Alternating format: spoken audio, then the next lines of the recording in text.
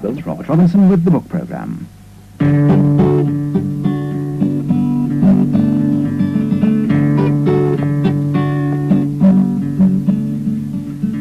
Hello. This evening, the science fiction writer J.G. Ballard. It was in the 1950s that Ballard decided that sci-fi should come in from the galaxies and find out whether the same frozen distances weren't present in ordinary technology. Transplant surgery and computers, car crashes and disposable cities. These were the chilly roller coasters on which his imagination started to ride. The distant, the violent, the cold are his special areas, and he requires no spaceships to get him there. What is rootless, what is alien, excites him. This evening, Christopher Evans, research psychologist, is his interviewer. Perhaps it was when man did first get to the moon that science fiction of the conventional sort began to turn into just another horsehair sofa. Tranquility Base here. The Eagle has landed. It's all very well dreaming about getting to the stars, but rockets that actually work do tend to leave imagination nailed to the launching pad. In the 70s have seen the death of the space age. I think the space age which one visualized in, say, with Gagarin's first flight in '61, as extending forever, say hundreds of years at least, actually came to an end a few years ago. I think it came to an end with the last Skylab mission in '74, and I mean the first splashdown, not to be shown on TV, which struck me as a very significant event. And to all intents and purposes, the space age is now over. It certainly doesn't. I mean, it's a very peculiar thing that I don't understand why the public response on the imaginative level to the gigantic achievement of men like Armstrong and the whole of the American space effort, why that gigantic achievement never translated itself into any sort of imaginative response on the part of people at large. That is a success of science fiction, isn't it? Clearly and courageously predicting that space travel would occur. Yes. And so, do you think there are any other themes of science fiction that are likely to reach the same kind of fruition?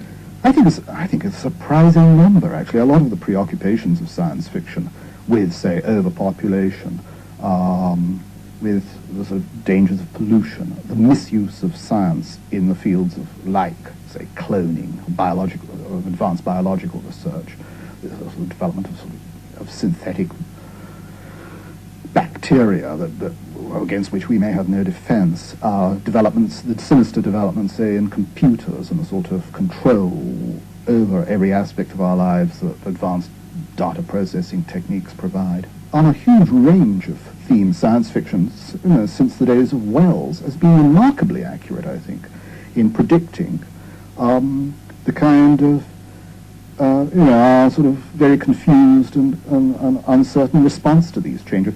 The one mistake, in a way, the one way in which traditional science fiction handicapped itself was to project its very accurate predictions into the far future and then into outer space, so that you have this sort of paradoxical thing of science fiction was bringing you the news, but it was first, before you could see it, it was reenacting it as a sort of Star Trek episode. As if, we were watching the news on television. We never actually saw the war in Vietnam. We only saw a space war a million years from now. This is a pity, and it's one of the things that I tried in my small way to change when I started writing essays. You really began writing a series of short stories, didn't you? And the first ones, though very interesting and imaginative, but nevertheless still cast in the mainstream of the kind of things that were published in science fiction magazines of the 50s. They might seem so now, but I don't think they seemed so then. I mean, most readers of the British magazines, where I was publishing my first stories in the late 50s, were outraged by them. And I mean, I can understand why at the time, because my first stories were published in, I think, 1957, the year of Sputnik 1. This was just at the climax of the great post-war science fiction boom. And of course, the dawn of the space age appeared to confirm all all the sort of beliefs of several generations of science fiction enthusiasts. I mean, the millennium had arrived. I, as a novice writer who was already saying outer space is sort of out, inner space is in, sounded like a madman. Yes, this phrase, inner space, you coined it. I think it's talking about inward-looking rather than outward-looking. It's an oversimplification. Yes, I was interested. I know it was a slogan. It was a sort of, I flew a few, I was flying a kite. But I meant it seriously. What I meant was that I thought that the sort of areas that science fiction should turn its attention to were the sort of areas in which its readers were in fact were living in their ordinary lives. I was talking about a world. By inner space, I meant a world, or those areas of reality that have been, as it were, remade by the mind. I mean, you see a sort of early precursor, if you like, of inner space. You see the novels of Kafka, let's say, or very much, say, in the surrealist painters, where they're sort of landscapes of the soul and so on. In films like Marienbad and Alphaville, in the novels of William Burroughs. The first novels, after you produced three, a fairly clearly marked trilogy. The first is actually still one of my favourite books, in fact, not just one of my favourite science fiction books. That's Drowned World, in which you see the world as being totally, more or less completely inundated. And it's lots of Jungian overtones to it seems to me, and... non-conscious, of course. The unconscious, yes. None of the overtones were sort of deliberate. I mean, various people accused me at the time of stealing the book from Jung, and those who didn't accuse me of stealing the book from Jung accused me of stealing it from Conrad. One of the themes, really, that as the world almost regressed in time because of the enormous temperature changes, that the environment became close to the environment of millions of years ago. Yes, the Triassic period, I think. And people therefore began to find themselves being drawn back. Right. They began to dream of. I mean, landscapes began to emerge from their dreams, which were the landscapes of the Trias, of great reptiles and huge primitive plants and all the rest of it. And their own sort of biological and psychological needs became those of the sort of pre-human beings, so that the hero in the novel, as it were, sort of re-mythologizes himself in terms of this quest for the sun. So he sets off, at the end of the book, south, looking for sort of greater and greater heat and light and the kind of materials from which sort of basic forms of life are generated.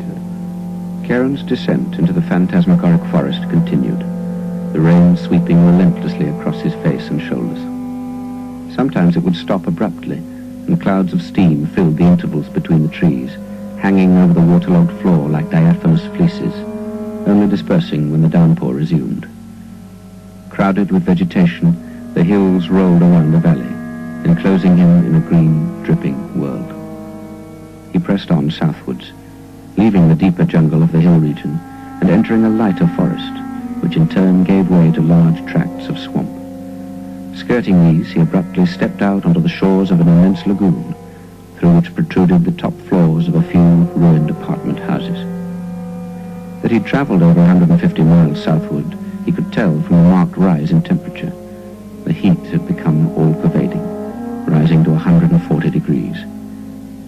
He left the lagoon and entered the jungle again. Within a few days was completely lost, following the lagoon southward through the increasing rain and heat, attacked by alligators and giant bats, a second Adam searching for the forgotten paradises of the reborn sun.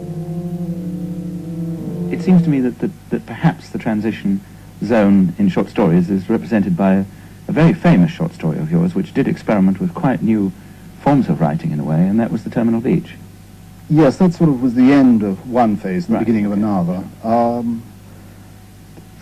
Yes, I think, for me, that's an important story. It was a door which opened onto a completely new terrain for me. It was also a story where I had virtually one character and I was interested in he more or less totally externalized his own mind. He'd made a complete marriage between the story is set on somewhere like Bikini or any Weetok atoll, where the atomic and hydrogen bombs were tested, and the hero had made he'd more or less fused his own mind with the landscape. Traven sat with his back against one of the concrete flanks, his eyes raised to the sun. Around him, the lines of cubes formed the horizon of his world. At times, they would appear to advance towards him, looming over him like cliffs, the intervals between them narrowing so that they were little more than an arm's length apart, a labyrinth of corridors running between them. They then would recede from him, separating from each other like points in an expanding universe, until the nearest line formed an intermittent palisade along the horizon. Time had become quantal. For hours it would be noon, the shadows contained within the blocks, the heat reflected off the concrete floor. Abruptly he would find that it was early afternoon or evening, the shadows everywhere like pointing fingers. Goodbye, Eni Weetonk, he murmured. Somewhere there was a flicker of light, as if one of the blocks, like a counter on an abacus, had been plucked away. Goodbye, Los Alamos. Again, a block seemed to vanish. The corridors around him remained intact, but somewhere in his mind had appeared a small interval of neutral space. Goodbye, Hiroshima. Goodbye, Moscow, London, Paris, New York. It was the first story in which I used a sort of loosely episodic form, which I then went on to sort of develop in a collection of stories called the Atrocity Exhibition. And they were written in the period between, I think, 65 and 1970. And that was a period of, as you know well, of gigantic change. The Kennedy being assassinated in 63, there was the space program, the war in Vietnam, tremendous change on every front. I mean, about that time, you also began to seize on particular people, particular political and social figures who were enormous importance. Well, they seem there's sort of key elements in this sort of. I mean, I've said before that I felt at the time that we were all living inside an enormous novel, and the characters were people like Kennedy, his wife Jacqueline Kennedy, Marilyn Monroe, Ronald Reagan,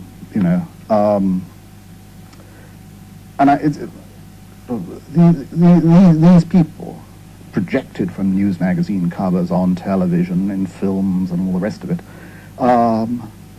formed the sort of physical landscape of our lives. I mean, one could say that, there's sort of a giant hoarding showing Marilyn Monroe, or the the sort of image of, say, Kennedy, advertising the serialization of the story of his assassination, was as much part of the physical landscape of our lives as, say, the sort of trees in a meadow beside a motorway, and that all sorts of triggers were being pulled in our response to our everyday lives, for which we had no preparation. That everything was sort of being inverted, dislocated, to an extent that I think most people at the time, and even now, haven't really digested. In his dream of Zapruder Frame 235, Tallis was increasingly preoccupied by the figure of the president's wife. Assassination fantasies in tabes dorsalis, general paralysis of the insane. The choice of victim in these fantasies was taken as the most significant yardstick. All considerations of motive and responsibility were eliminated from the questionnaire. The patients were deliberately restricted in their choice to female victims. Results: Jacqueline Kennedy, 62%, Madame Chiang Kai-shek, 14%, Jean Moreau, 13%, Princess Margaret, 11%. A montage photograph was constructed on the basis of these replies, which showed an optimum victim. Choice of assassination site varied from Dealey Plaza, 49%, to Ile du Levant, 2%. The weapon of preference was the Mannlicher Carcano. A motorcade was selected in the overwhelming majority of cases as the ideal target mode, with the Lincoln Continental as the vehicle of preference. On the basis of these studies, a model of the most effective assassination complex was devised. The presence of Madame Chang in Dealey Plaza was an unresolved element.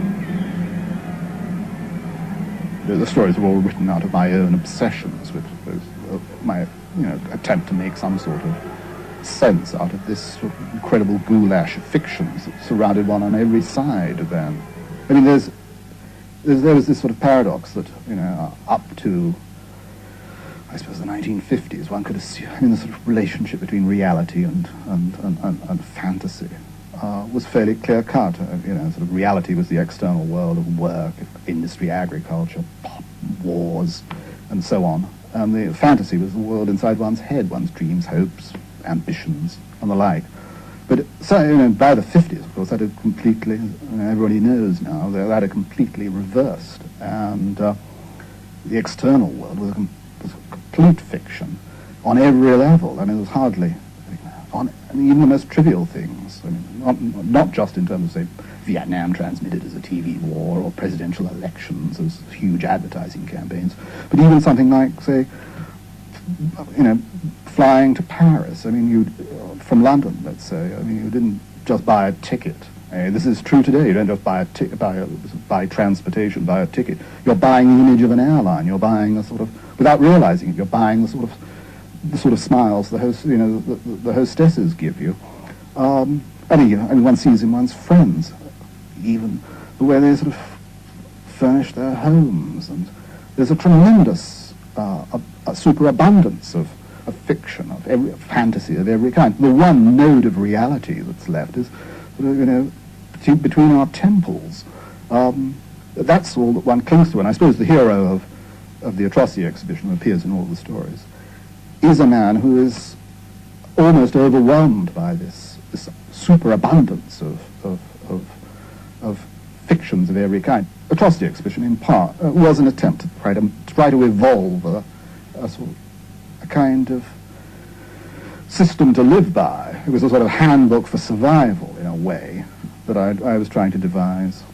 The 3 or 4 main themes came out of these 60s stories. I think there was obviously assassination of Kennedy, you counted as being enormously significant, and the Vietnam War, and the death of the first astronauts. If you were redoing all this again now in the 70s, what would the equivalent themes be? They'd be difficult to find. I mean, people have said, why did you stop writing those stories at the end of the 60s and not go on writing them in the 70s?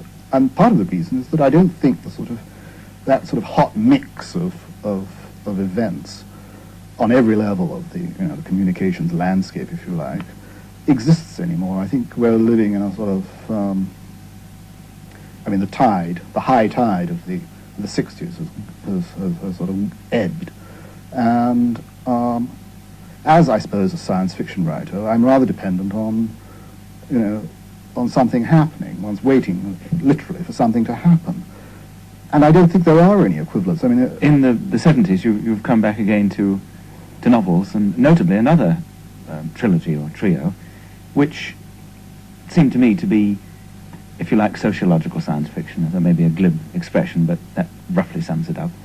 And the 3 novels I'm thinking of are Crash, which caused quite a song and dance,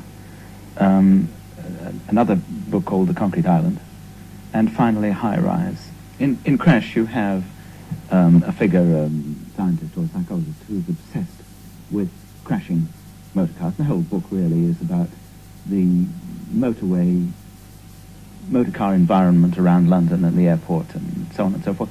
And what were you trying to get at with this book? Well, what I was interested in was not primarily motor cars, which don't interest me at all, but or rather, let's say that I was interested in motor cars simply as they are the most obvious example of a piece of the piece of technology with which we are most intimately involved in our daily lives. It's the one piece of technology in which a large element of freedom exists for us to sort of kill ourselves. It clearly taps all sorts of aggressions, unconscious fantasies of one kind or another. It's the focus of a gigantic system of industries, advertising and the like. And it's also in the elements of aggression, speed, violence, exist within the motor car in a way that they don't, obviously, around anything else. But what I was really interested in was the collision of, as it were, of this system with the possibilities, with our very ambiguous attitudes towards the sort of the nature of violence and technology. That technology is not always benign by any means, but our attitudes towards violence within this sort of seduced, as it were, within this system can become ambiguous. Vaughan was obsessed by the dying chromium and collapsing bulkheads of their two cars meeting head-on in complex collisions, endlessly repeated in slow-motion films, by the identical wounds inflicted on their bodies, by the image of windshield glass frosting around her face as she broke its tinted surface like a death-born Aphrodite, by the compound fractures of their thighs impacted against their handbrake mountings. It was only at these times, as he described this last crash to me, that Vaughan was calm. He talked of these wounds and collisions with the erotic tenderness of a long-separated lover.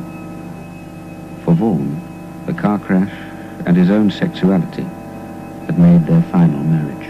Well, the book was full of sexual and images of violence all blended together, and you were attacked quite vigorously in the press for this, because you were said to be exploiting these notions in a novel. I mean, you say that you were writing, as it were, a pornographic technological novel.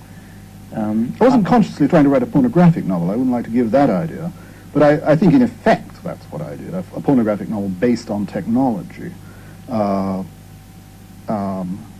in which I in a way, it's a cautionary tale. I was holding up a warning sign and saying, this is the sort of realm that technology may be leading us towards, an area where our emotional responses are not those, will not be those that we expect, that we would expect to come to us. You see it as a... Because I think that's part of the danger of technology, that it does produce this sort of affectless, alienated world. And it's given the sort of the transformation of everything by,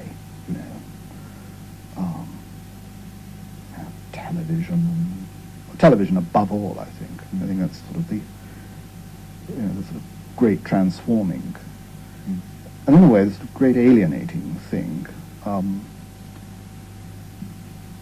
Given all these sort of, transformed and very ambiguous responses, strange logics may emerge.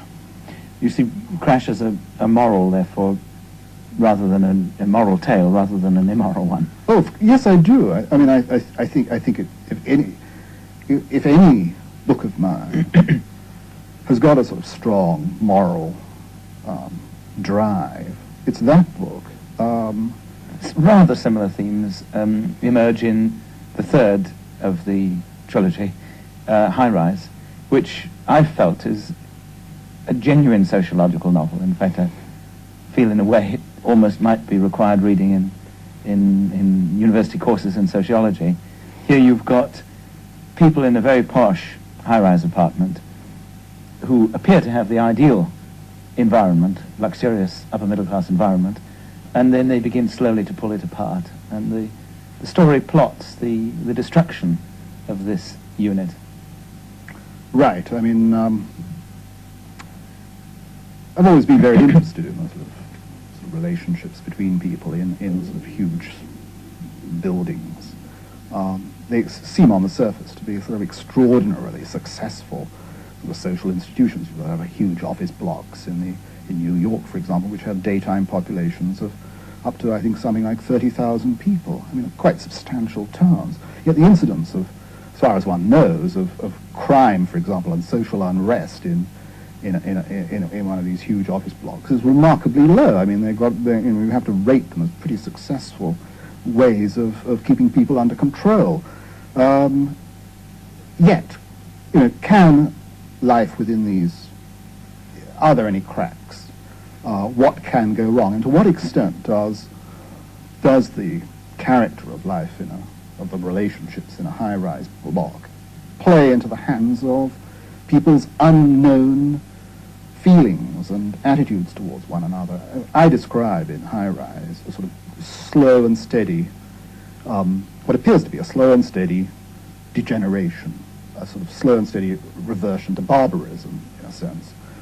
But this is not, although they don't, the people, the tenants, whatever it is, 2,000 tenants of this huge block, don't realize it to begin with. They, in fact, will this to happen. They want to explore the fullest range of possibilities offered to them by this building, the sort of, to begin with, the sort of social stratification into three opposing social groups. Then this breaks down into smaller and smaller groups, raiding parties. The evening deepened, and the apartment building withdrew into the darkness. As usual at this hour, the high rise was silent, as if everyone in the huge building was passing through a border zone. The corridors and staircases were filled with broken furniture and barricades built from washing machines and freezer cabinets. The elevator shafts were the new garbage chutes. Not one of the elevators in the apartment building malfunctioned, and the shafts were piled deep with kitchen refuse and dead dogs. They were now moving into a realm of no social organization at all. The clans had broken down into small groups of killers, solitary hunters who built man-traps in empty apartments or preyed on the unwary in deserted elevator lobbies. Without knowing it, the architect had constructed a gigantic vertical zoo, its hundreds of cages stacked above each other.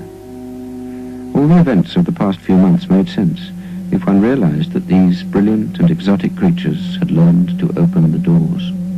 Ultimately, that each person is completely on his own, completely exploring the possibilities of his own life on every conceivable level. At the same time, there's an unconscious conspiracy at work. The people in the block most of them continue going to their offices and they put on their blue suits in the morning and go off to their advertising agencies and to the stock exchange and so on. They come back at 5 and they immediately peel off and begin to paint on their woad, almost literally.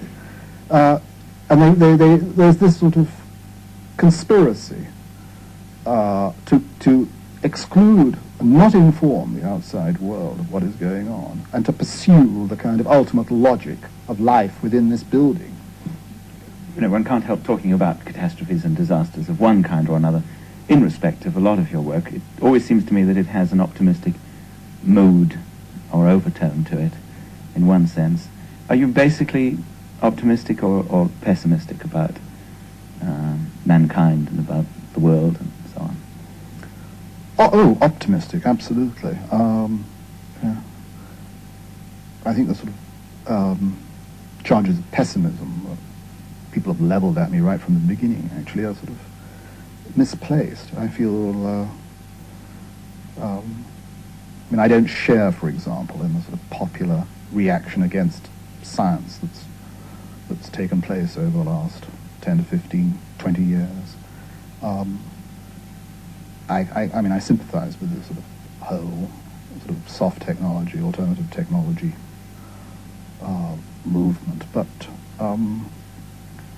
I feel strongly that that science and technology are creating a new realm where the kind of what we feel perhaps are the dangerous aspects of science and technology, particularly their sort of alienating emotion, sort of their sort of emotionless aspects, are merely a passing phase that one's, got to jump in and swim to the other end of the pool and test this new realm, and that,